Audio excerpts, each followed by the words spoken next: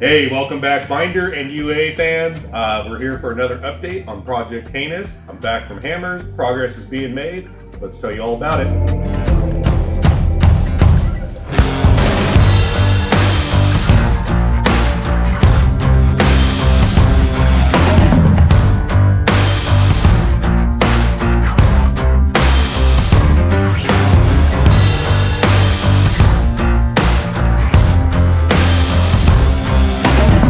All right, so it's Thursday, February 12th, and again, I'm back from Hammers, and there were more changes to the plan of this thing. When we last talked on the last episode, I was going to cut this roof line here, and cut it here, and mamosh this here. I actually even had lines drawn. I mean, I was ready to do it. And then I pulled out the tape measure, and I started measuring across and across here, and the math wasn't mathing. Basically, it's like 3 inches narrower here from here. So if I were to do all that and shove this forward, 3 inch, it would look like terrible. So those of you that wanted the full body, well, your wish is my command at this point, because that's what we're going to get. We're going to leave the full body on it. I'm not even bobbing it. I kind of like changed my mind on bobbing it a few weeks ago when I realized that these bodies kind of taper. And again, if I were to do it there, it would not look good. I could make it look good. I could spend countless hours making it look like cool and rad, but I really don't want to. I really don't want to spend a whole ton of time on the body modifications if I can help it. I kind of just want to get this project built and done. So with that said, like I said, full roof is staying on this bad boy. So then I moved on to getting some of the rust repair out. I cut out both front floors from like nearly back step to the front, and cutting out all the rust. And actually yesterday I started with doing some patch panels on the floor. So let me show you that next. All right, so before I took the body off the frame and while it was outside where I could make a bigger mess, I went ahead and cut out all the rust in the floors here. You can see I'm still standing up in one of the big holes, but yesterday I started patching, kind of doing it in sections. I've got some 14 gauge here, and patch, and then I'm going to kind of leave these open for now because I have to patch up these cowl vents. And my buddy Chaz Zigmont, he's pretty well known for making some pretty good panels for these C-Series and Lodestars. So I've got these new vents coming from him, as well as these front floor sections too. I figured it'd just save me some time from having to fabricate, especially these cowls. So I'm looking forward to getting those in, and I'm going to not patch any more floor until I can get these done, because let me tell you, it's so much nicer to just stand in here and do work and try to be huddled and crunched and try to get in there. But that's where we're at with the body so far. So again, no chopping in the back. I'm actually just saving hours of time there, like more like not hours, but like days of time by not having to do a chop in the back. And like I said, just working on rust repair right now and trying to get those parts done while I wait for just a couple more key components to come in. But in the meantime, while I was off at Hammers and got back, and while I was at Hammers, I actually picked up a couple of parts. All right, so one of the few things that I got in the past couple weeks are a Premier Power Welder, Offroad Design Magnum transfer case, and an Ultimate Dana 60 front axle. So while I was at Hammers, I hooked up with Greg at Premier, and he set me up with another welder that I have the same thing in Hideous. I got the same thing in Patriot Scout. They've come in real handy. You just never know when you have to weld up yourself or someone else, or with the 110 volt option here, 120 volt option here, I can run a grinder and stuff. So it's been a great addition to my other rigs, and I look forward to having this. Greg makes an awesome product. In fact, in here is a 200 amp alternator. So I mean, like, lots of power to keep the whole project charged up. So stoked to have another one of those on. One of the other new things that Greg's come out with is he's now got bags. So pretty cool to have a tool bag for the Premier Power Welder to put your welding leads in and stuff. And in the meantime, I think I will use this bag to store the components in so I don't lose anything until I'm ready to actually install it. On my right over here is the Offroad Design transfer case. I normally run an Atlas, but this time, I kind of wanted more choices, and I also want to support our other sponsors of Unreal Adventure. So with that, I had called up Watson, talked to him a bit, and he put together this transfer case for me. It's actually a Ford NP205, and then made it to one of his doublers, which has a 2.72 low range. So, you know, going to be massive gearing on this thing. I forget what the maths out to, but something like in the 170, 80 range, went all in, first gear, low range and all that. So definitely look forward to having that. It's got 32 spline output shafts. Like I said, total beef right here. Like this thing, it's the last thing I'll ever have to worry about. And so I'm glad to have one of those in here. Still looking forward to getting Offroad Design's rear suspension in. That's about the last key part that I need to get going on the suspension, but that hopefully is on its way, along with some Skyjacker coilovers and such, so we can get going on that. But let's talk about what's in the crate. All right, and then here is the Ultimate Dana 60, something you're probably familiar with if you've watched my other builds, because I have one in Hideous, I've got one in Patriot Scout, and this thing, of course, has to have one too. So front Dana 60, 538 gears, ARB air locker. I even tossed some dirt over it right now to christen it to make sure it's already ready to go, and like, you know, no weird voodoo with it, but should be ready to go. Big old, you know, disc brakes, again, 538 gears, ARB air locker. I mean, just beef after beef. I love it. I love these axles. It's going to go great with the Ultimate Dana 80 in the back, and should make for an unbreakable situation. And speaking of Dana, what do I have in my hand but the Dana calendar? So make sure if you haven't got one, you're going to want to get the Team Dana Spicer calendar, if for nothing else, because the month of March is like extra cool. And why is that? Woo, what do we see there? Hideous doing a little front axle hanging there on Pritchett last year. So pretty cool. Thank you, Dana, for choosing my truck to put in your calendar.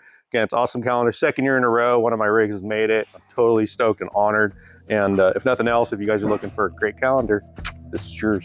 Okay, one of the other key components to Project Heinous is the engine. And as you all well know, I love my IH 392s. So for this project, I handed over the keys or the engine parts or however you want to call it to Zaed, and he's going to go over the 392 build that we're doing for this particular project.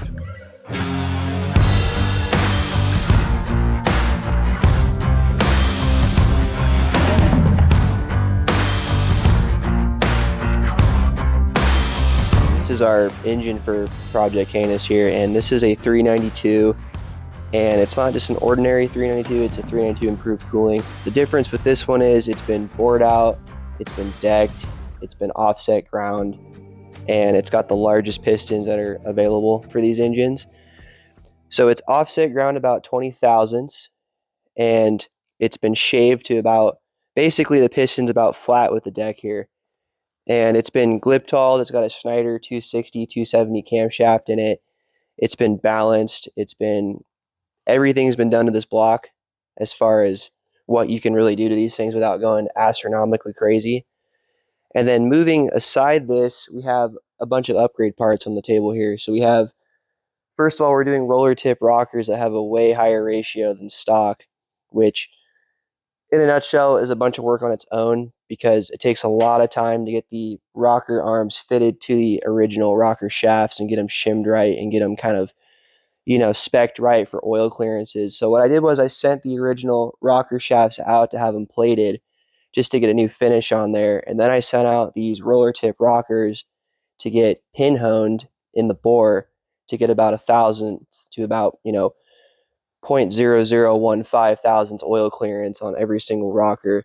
And after that's said and done, that makes every single rocker stand too small. So I sat down here and I physically honed out each one of these rocker stands to where they actually fit, you know, tightly on this shaft, because when you chrome these things, you add a little bit more thickness to these, and that's how you kind of get that new finish on these shafts. But anyways, and we're going with roller tip rockers because last time I built this particular engine, I had the stock rocker assembly here, and I actually cracked one of the boat rockers right here, right at the crease. So, and that's because our cylinder heads have been also heavily modified. The cylinder heads are ported and polished, and they have big block Chevy valve springs in them, and then comp cams, keepers, and retainers.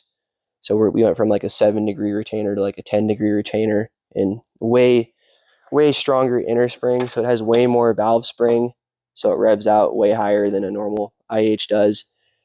people are always asking how much power this thing's going to make. It's probably going to only make, 300 horsepower realistically. So just slowly but surely kind of building this thing. It's a lot of work when you build a custom engine that's just not being slapped together. There's a lot of parts and pieces you got to meticulously do. And when you do roller tip rockers in a higher ratio, you run out of valve cover clearance.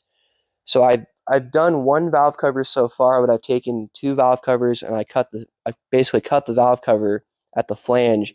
And I take another valve cover and cut it a little bit higher, and then I weld that to the old flange on a pre-existing head, just so I keep it flat. And that honestly took forever because I found out that the early valve covers versus the late valve covers are a slightly different thickness. Therefore, the die thickness was different, and they weren't formed exactly the same. So it kind of took me forever to get this thing to look halfway decent. So if you look at it from about 5 feet away, it looks great. So that's all I really care about. Once it's full of mud, you won't be able to tell that anything's been done to it. So we got a stock valve cover next to it, and it's raised about, I would say, 3/4 of an inch. That's really all you need to clear these roller tip rockers from actually hitting the valve cover. And you can get away with not modifying the valve cover and just cut the baffle out, but it's still really close. And these are actually a higher ratio than normal. So I had a feeling that they were just going to touch anyways and be a problem. So that valve cover has been modified. I got one more to do, and it took me 8 hours to do one valve cover just because it took forever. I rebuilt the oil pump, and since we're doing a rear sump, we're going with a Scout 2 style oil pump. So I rebuilt this oil pump last week. And to go alongside the oil pump, I'm making a custom oil pan.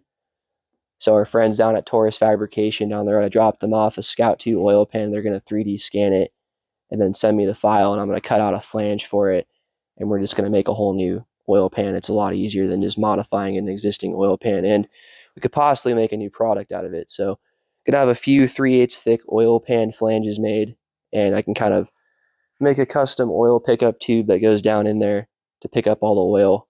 And then back in the day when I built this engine initially, I called up Comedic and I had custom head gaskets made for it, and these actually have a copper combustion ring landing within the head gasket, so it's a 2-piece head gasket for the IC engines.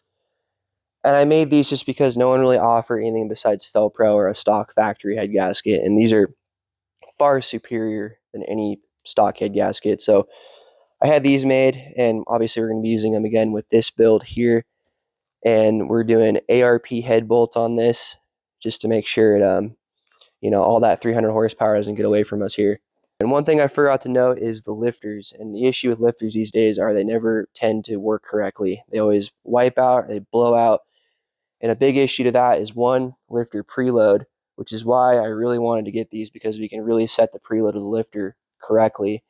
And 2 is because a lot of these camshafts are made with different faces and different crowns on them, and the lifters that show up are almost flat. So I was talking to Jerry at Schneider, the guy that made the camshaft for this engine, and he referred me to a specialist in the East Coast, and he crowns the lifters accordingly for the camshaft. So all 16 lifters are sent out to this guy at the East Coast, and he's crowning the bottom of the lifter to the face of this camshaft. So we kind of hopefully lower our percentage of camshaft lifter issues in the future. So that's basically it with this engine. I'm going to keep slowly pecking away at it, and hopefully within the next couple episodes, it's built up and ready to be mocked up in the Travelall here, and we can see if it runs. All right, guys, so that's everything you need to know about the 392 power plant going into Project Heinous. I'm going to get going on this chassis. I'm going to finish stripping it down. I've got an appointment with our guy Eric at Viking Sandblasting to get the whole frame sandblasted down. I'm hoping he's going to bust that out this weekend, and by next week I'll have the frame back under here. Hopefully some beadlock wheels from Trail Ready. I know that they're working on those and have those to me, and I'd like to get these axles mocked up underneath the frame, underneath the body, and start chopping the wells to figure out where I'm going to need to be at with the clear the 42-inch Milestar tire. So until then, thanks for watching. Don't forget to like, share, and subscribe.